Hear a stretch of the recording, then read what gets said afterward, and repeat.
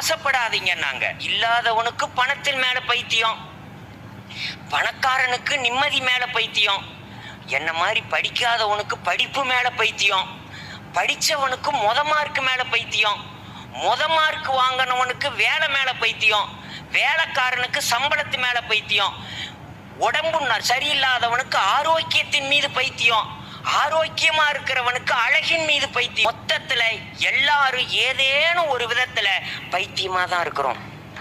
ஆனா எந்த ஒன்றின் மீதும் பைத்தியமே இல்லாதவர்கள் பைத்தியங்கள் மட்டும்தான்.